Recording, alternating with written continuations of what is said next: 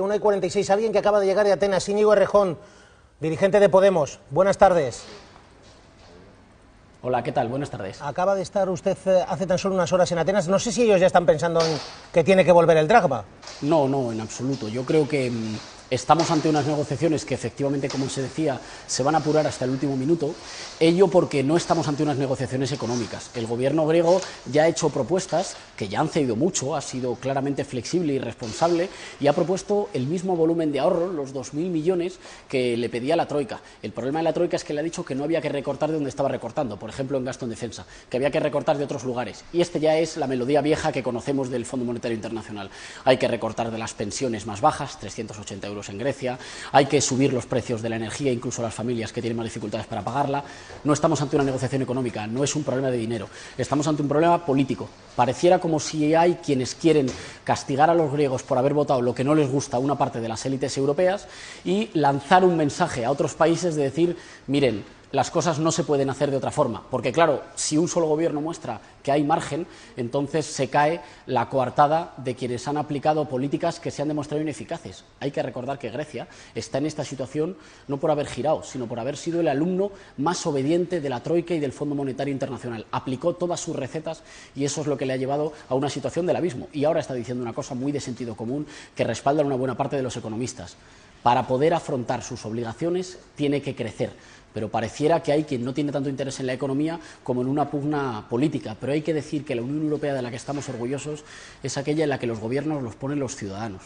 Pero, señor Errejón, imagínese un ciudadano español que ha tenido que vivir estos últimos años con recortes. Dice, a mí me han apretado aquí el cinturón, la situación del país es mucho más saludable que la de Grecia, y en Grecia las jubilaciones son un cachondeo, el salario mínimo es superior al nuestro, las pensiones, ¿por qué no tienen que hacer recortes ellos?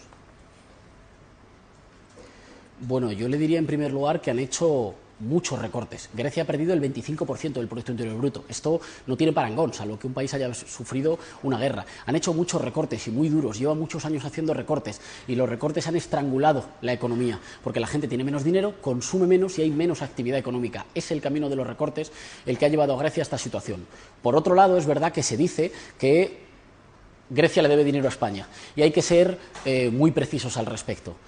Lo que pasa es que ha habido gobiernos europeos que han comprado deuda que eran de bancos privados, fundamentalmente alemanes. Es decir, que se han comportado como cobradores del frac de los bancos alemanes, no en interés de sus ciudadanos, sino en interés de las grandes fortunas.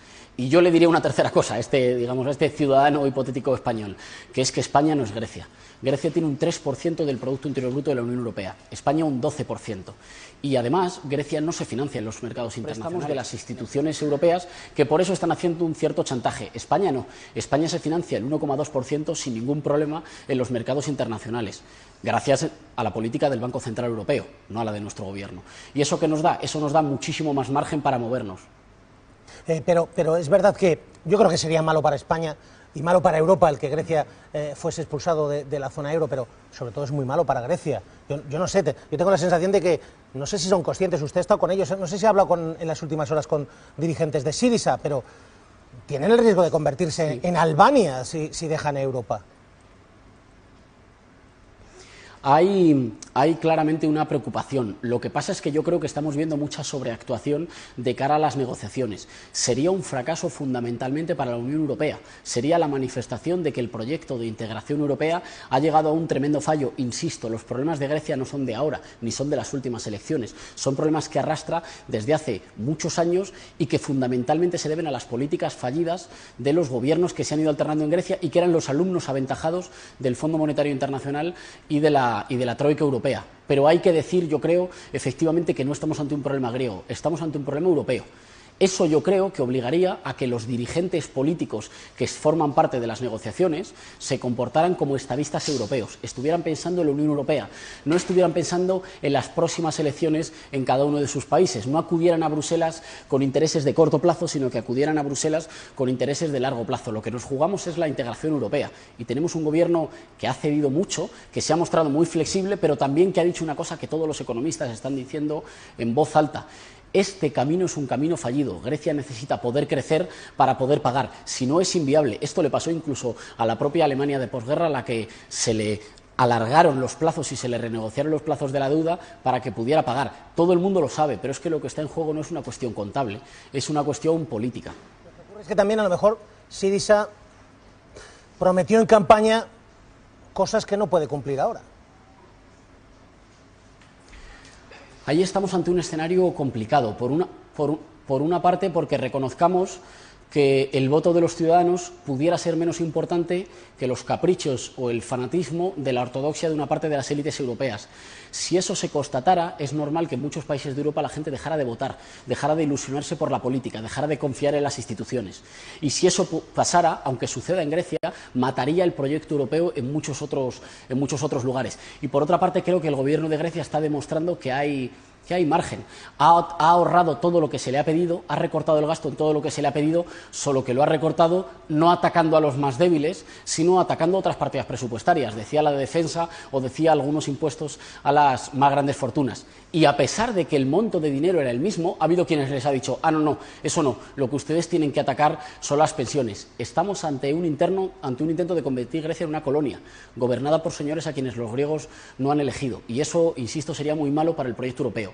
Mi opinión, no obstante, es que, y tengo la confianza en que va a haber acuerdo, porque no estamos ante un problema de grandes cifras, estamos ante un problema de voluntad política, de entendimiento. Y es normal también que las partes, antes de sentarse a negociar, enseñen las plumas y sobreactúen para ponerse más rígidos. Yo creo que al final va a prevalecer el criterio de estadistas, o confío en que prevalezca el criterio de estadistas por encima del criterio de corto plazo y de los intereses estrechos. Lo que pasa es que ya sabe que también tienen sus problemas, claro, los parlamentos y las ciudadanías europeas, es decir, los alemanes, los finlandeses, tienen luego que ir a sus votantes.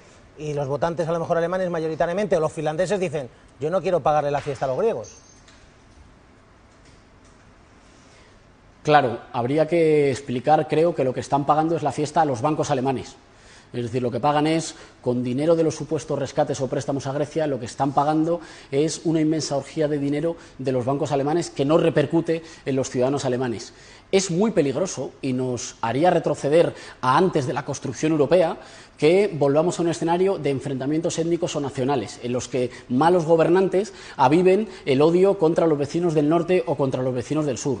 Es frente a eso para lo que construimos la Unión Europea y la integración europea, que estaba basada en seguramente las mayores décadas de pluralismo político, de libertad, pero también de derechos sociales y de protección social. Ese era el sueño europeo, que es lo que se está dirimiendo ahora en estas horas. Y no se está dirimiendo porque la gente haya votado diferente, se está dirimiendo porque hay sectores muy poderosos a los que nadie ha elegido que se creen por encima de los gobiernos salidos de las urnas. Eso amenaza el proyecto democrático europeo.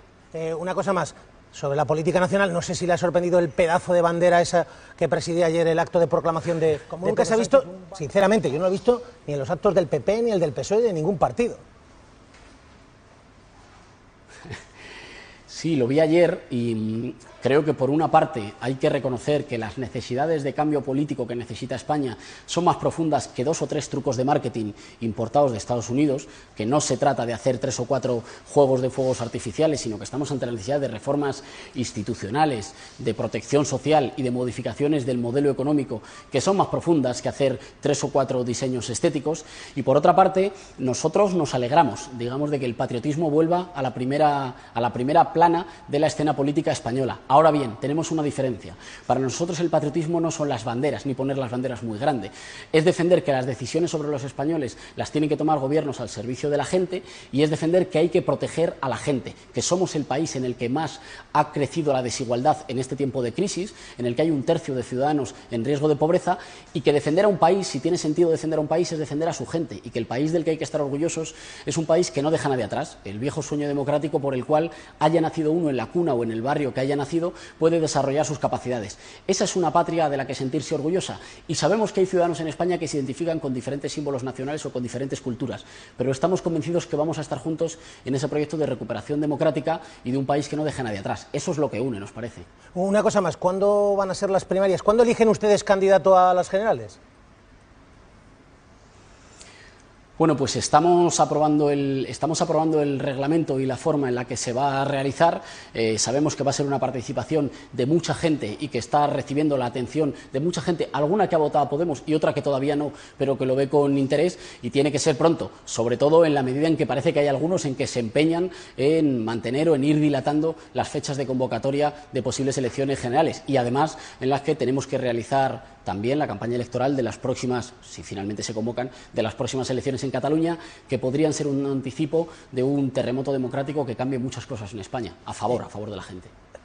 Tengo el Twitter incendiado y la verdad que me he reído mucho en las últimas 48, 72 horas. No siempre es fácil condensar mensajes complejos y largos en 140 caracteres. La próxima vez hay que esforzarse más. Me refería fundamentalmente a esa relación que hay entre los sectores, digamos, ya convencidos que expanden nuevas ideas y la seducción a los que todavía no están convencidos. Y, por tanto, entre afirmar el mensaje propio, pero también escuchando y tendiendo la mano. Si uno solo hace una parte de la ecuación, se restringe, se cierra. Si uno permanentemente lo único que hace es abrir y abrir, puede desdibujarse el proyecto. Así que en esa tensión entre una cosa y otra se mueve la capacidad de representar un proyecto que pueda encarnar un interés general. Creo que me ha vuelto a quedar demasiado denso, pero mejor que en el tuit. Bueno, ¿usted es núcleo irradiador o seducción?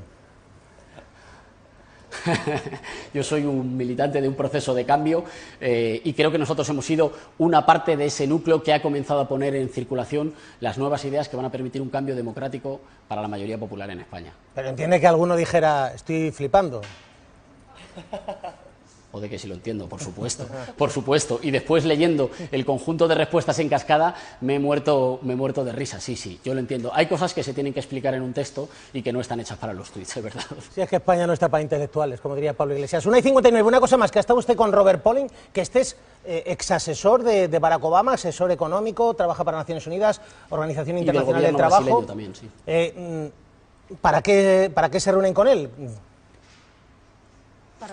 Nosotros le habíamos encargado, hace bastante tiempo, le habíamos encargado un informe sobre el cambio de patrón energético para el cambio de modelo productivo en España. Y ha sido una feliz coincidencia que nos haya visitado y lo haya presentado con nosotros un poquito después de la encíclica del Papa Francisco, que decía básicamente las mismas dos cosas: combatir el cambio climático con protección social y con un desarrollo más equitativo. Y en este caso lo que ha presentado es un plan para la transformación, ya digo, del modelo energético, de inversión pública que atraiga inversión privada para no competir por abajo, en salarios más bajos, en más dependencia energética, en los sectores del pelotazo, sino para competir por arriba, en salarios más fuertes, en nichos de mercado con más valor añadido, con más innovación tecnológica y que nos permitan alumbrar un proyecto de país en el largo plazo. Creo que no es hora de la cultura pequeña, estrecha del pelotazo o de querer, ya digo, competir por abajo en condiciones de vida peor, sino de imaginar un proyecto que crezca aprovechando las mejores oportunidades de nuestro país, en este caso climáticas y de energías renovables,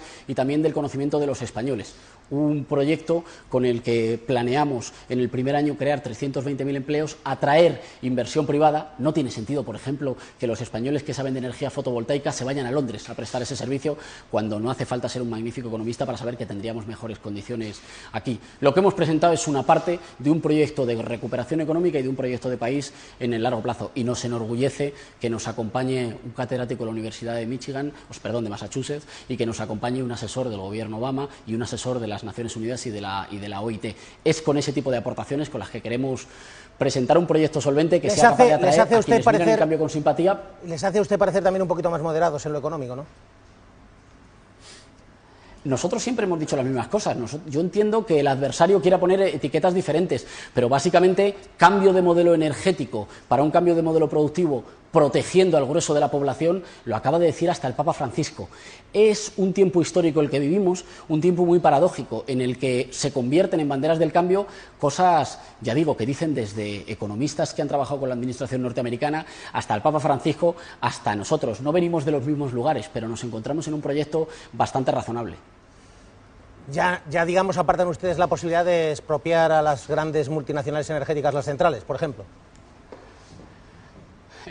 Nosotros lo que hemos dicho es que se está gastando mucho dinero público. Por ejemplo, los 3.500 millones de euros que el conjunto del oligopolio eléctrico nos debe al erario público español, y que nos parece que ese dinero podría ser puesto al servicio de del estímulo de nuevas energías y de nuevos sectores energéticos, de la eficiencia energética y de energías renovables y no combustibles fósiles. ¿Y así qué haríamos? Bueno, pues así reduciríamos nuestra dependencia energética y haríamos nuestra economía más competitiva. Nuestra economía puede ser más competitiva por arriba, no necesariamente recortando salarios. Lo único que hemos dicho es que utilicemos los recursos públicos para el desarrollo económico y no para los bolsillos de unos pocos. No solo porque sea injusto, sino porque nos ha convertido hoy en un país más ineficaz y en un país más débil para las siguientes generaciones y para afrontar los retos que tenemos hacia adelante.